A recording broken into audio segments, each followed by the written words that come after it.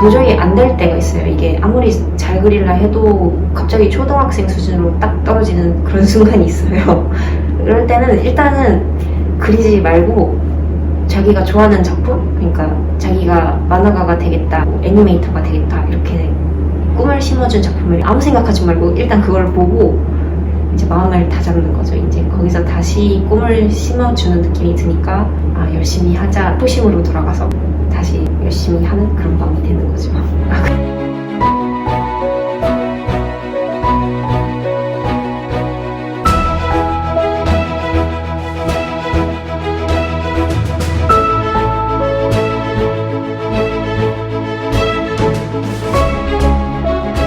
안녕하세요. 저는 이번에 교토 세이카대학교 만화학부 스토리 만화과에 합격하게 된 박경진이라고 합니다. 잘 부탁드립니다.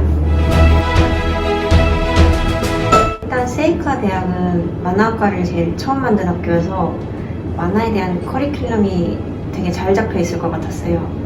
오픈 캠퍼스 때도 만화를 처음부터 아예 칸 나누는 것부터 가르쳐 준다는 게 되게 마음에 들었고 학생의 성장을 듣고 개성을 존중해 주는구나 라고 느꼈어요. 제일 마음에 들었던 게 환경이나 시설이 되게 좋아요. 그 교토국제만화박물관이라고 또 세이카가 소유하고 있고 주변에 동물원도 있고 학교가 자연에 둘러싸여 있으니까, 그리고 최근 들어서 떠오르는 신인 중에 세이카 출신이 되게 많더라고요. 제일 유명한 건 극주부도 작가랑 사카모토입니다만 작가랑 펭귄 하이웨이 애니메이션 감독하신 분이 떠오르고 있어서 이 학교 가면은 잘 배울 수 있겠구나 라고 생각을 했고, 또 마음에 들었던 게 학장님이 이제 일본인 최초의 흑인 학장이신데 제가 이분 말씀에 되게 감명을 많이 받았어가지고 사코 학장 일본을 말하다 라는 책이 나왔다는 거예요. 거기서 뭐 슬렁슬렁해라 이런 말에 되게 감명을 받았고, 세이카가 제일 존중하는 게 그 자유잖아요. 그 자유가 뭔지에 대해서 생각하고 계시는 거를 알 수 있으니까 굳이 세이카 지망하지 않아도 읽어보시면 좋을 것 같은 글이에요. 사실 코로나 때문에 일본에 간다는 게 기대보다는 걱정이 앞서긴 한데 그래도 되게 설레는 게 자취생활인데요. 저는 옛날부터 작은 원룸이나 기숙사 들어가서 각종 중고 가구나 제품들로 방을 잔뜩 채우는 게 되게 꿈이었거든요. 그게 너무 신이 나서 벌써부터 이제 일본에 중고나라 비슷한 메루카리라고 있거든요. 거기서 열심히 막 뒤지고 있습니다. 그래서 일단은 DVD가 달린 TV를 살까 생각 중입니다. 또 기대가 되는 게 제가 좋아하는 야마시타 타츠로라는 가수 콘서트를 너무 가고 싶었는데 코로나가 터진 데다가 티켓을 일본 거주자한테만 판매한다고 해서 한 번도 가본 적이 없어서 가면은 일본 거주자가 되니까 꼭 한번 가보고 싶어요. 그리고 학교에 대한 사전 조사를 되게 많이 하고 있어요. 학교의 분위기나 학생들의 전반적인 분위기, 그리고 학교 주변에 뭐가 있는지랑 치안 등 여러 방면으로 알아보고 있는데 일본에 또 구치코미라고 있어요. 리뷰 비슷한 건데 찾아보면은 재학생들분의 그런 의견 이런 게 많이 나오니까 세이카 노려보시는 분들한테 되게 추천드립니다. 학원에서 제일 많이 했던 게 아날로그 만화인데 예비반 때 한 거 포함하면 한 7작품 되는 것 같아요. 제일 기억나는 작품이 낮잠이라는 작품인데 이 작품이 제가 톤까지 붙이고 식자까지 완성한 최초의 만화라고 볼 수 있는데 사실은 이 작품을 그렇게 좋아하지는 않았어요. 왜냐면 흑역사라고 생각을 했기 때문에 책으로 나왔을 때도 부모님한테도 안 보여주고 친구한테도 안 보여주고 꽁꽁 감췄었는데 이제 와서 생각해보면은 이 작품이 제가 나아가야 할 방향이나 스타일 깨닫게 해준 작품 같아요. 그때는 지금처럼 스타일이 잡혀있는 때가 아니었어서 나름 요즘 만화처럼 하려고 했는데 그리면서 이건 아니다라고 좀 느꼈어요. 그때부터 저는 그냥 70년대 80년대 만화처럼 그냥 심플하게 딱 그리는 게 제가 나아가야 할 스타일이구나 라고 느껴서 이 작품이 되게 의미가 큰 것 같아요. 저를 성장시켜준 애증의 작품이라고 할 수 있습니다.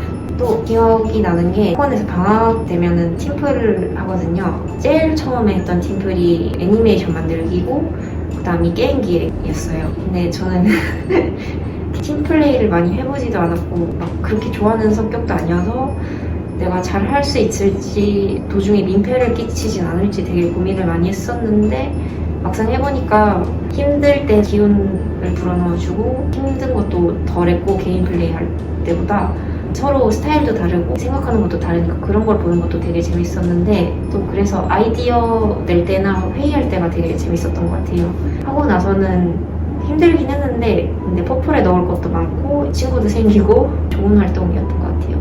마지막으로 무슨 입시를 하든 제일 중요한 게 자기 스스로 생각하고 행동하는 게 제일 중요한 것 같아요. 내 포플에 뭐가 부족한지, 지금 내가 뭘 해야 하는지, 어느 대학에 들어가야 내가 제일 잘 배울 수 있을지 이런 거는 남이 판단해 줄 수 있는 게 아니기 때문에 스스로 판단하는 게 제일 중요하다고 생각합니다.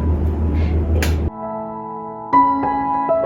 사실은 제가 슬럼프를 매일 달고 살았는데 맨날 집에 가서 나 슬럼프다 어떡하지? 막 이렇게 징징징거렸었는데 그럴 때는 일단은 그려보고 도저히 안 될 때가 있어요. 아무리 잘 그리려 해도 갑자기 초등학생 수준으로 딱 떨어지는 그런 순간이 있어요. 그럴 때는 일단은 그리지 말고 자기가 좋아하는 작품? 자기가 만화가가 되겠다, 애니메이터가 되겠다 이렇게 꿈을 심어준 작품을 아무 생각하지 말고 일단 그걸 보고 마음을 다잡는 거죠. 이제 거기서 다시 꿈을 심어주는 느낌이 드니까 열심히 하자 초심으로 돌아가서 다시 열심히 하는 그런 마음이 되는 거죠.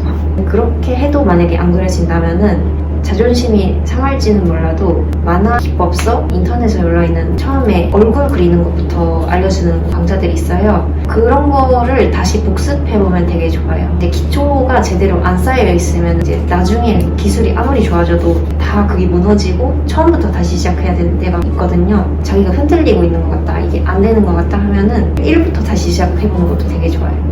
그게 1부터 다시 시작해서 10년을 더 그려야 된다 이런 게 아니고 쌓아놓은 게 있으니까 금방 다시 올라갈 수 있으니까 그런 걸 되게 추천드립니다. 먼저 이 작품부터 소개하고 싶은데 작년 여름에 픽시브에서 열렸던 동아시아 고교생 일러스트 콘테스트에서 입상한 작품인데요. 주제가 일상이었어요. 처음에는 코로나에 의한 우울감, 슬픔 이런 걸 그리려고 했는데 식상하고 재미가 없을 것 같은 거예요. 그래서 아예 분위기를 확 바꿔서 밝은 그림을 그리고자 해서 그때 제가 해수욕이 너무 가고 싶은데 못 가는 거예요. 바다를 다 폐쇄해버리고 하니까 그러면 방 안에서라도 바캉스를 즐기면 어떨까라는 그런 스토리에 그림을 이렇게 그렸습니다. 이게 제 취향이 가장 잘 담긴 작품이라고 생각해요. 바다를 좋아하는 마음과 그리고 에어컨 바람 좋아하는 마음을 담았고요. 또 선은 아날로그로 그려서 제가 좋아하는 투박한 선 느낌이 들게 했고 채색도 단색에다가 빨간 파란 조합이어서 제가 좋아하는 것들을 다 담은 그런 그림입니다.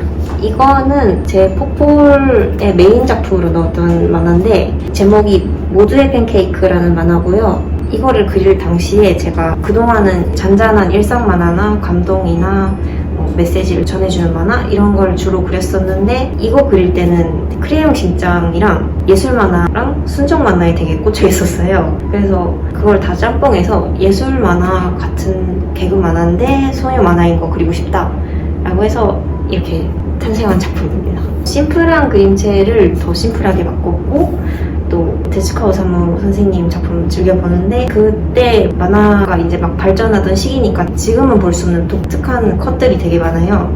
그래서 그런 것도 참고해서 넣었고 그래서 이게 원곡 본편인데 80년대, 70년대 만화처럼 심플하게 뭐를 칠하거나 그림체도 이렇게 단순하게 했고요. 만화가 좀 황당한 면이 있어서 캐릭터 디자인도 살짝 황당하게 얘가 거의 30살이 되는 캐릭터인데 어린 아이처럼 다른 양갈래를 하고 있거나 할아버지가 이런 삐죽한 머리를 하고 있거나 이렇게 디자인을 했던 것 같습니다. 그리고 이 작품의 주제는 모두에게 사랑받을 순 없다인데 저도 그렇고 주위 사람도 종종 모든 사람이 다 좋아하는데 딱 한 사람이라도 나를 싫어하면 그게 찜찜하고 싫고 신경 쓰이는 그런 성격이어서 저랑 다른 사람한테도 좀 그러지 말라라는 메시지를 전하고 싶어서 그런 주제를 했던 것 같습니다. 일단은 학원에서 주체적으로 진행하는 이벤트나 프로젝트가 되게 많아요. 방학 때도 다양한 프로젝트를 준비해서 학생들이 되게 다양한 경험을 할 수 있게 해줘서 자기가 어느 과에 갈지도 되게 많이 생각해 볼 수도 있고 만화과 준비하시는 분들은 오사카 예술대학에서 다빈치 공모전이라고 만화 작품을 낼 수 있는 공모전이 있어요. 거기도 여름에 준비해서 상도 탈 수도 있고 완성하면 모두가 그린 작품을 하나로 합쳐서 책으로 나오니까 자기의 노래 결과물 이런 걸 확인할 수 있는 게 되게 좋았고 또 선배들이 자주 방문을 하셔요. 시즌에 선배들한테 대학 관련 정보나 여러 가지 대학의 분위기 이런 것도 잘 물어볼 수도 있고 커뮤니케이션도 잘 돼서 좋았던 것 같습니다.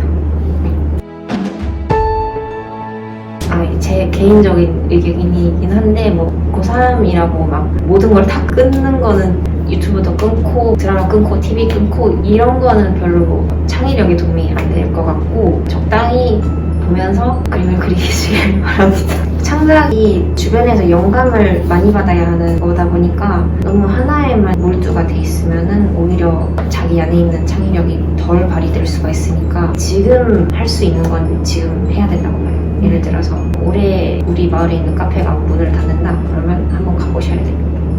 그림을 많이 그리면 실력은 당연히 늘긴 하는데 너무 24시간 그거에만 매달려 있고 스트레스를 너무 많이 받으면 그림이 안 느는 것 같아요. 제 생각에는 좀 적절한 휴식이 되게 필요하고 열심히 하긴 해야 하지만 휴식도 필요하다. 그리고 꼭 5시간 이상은 꼭 자세요.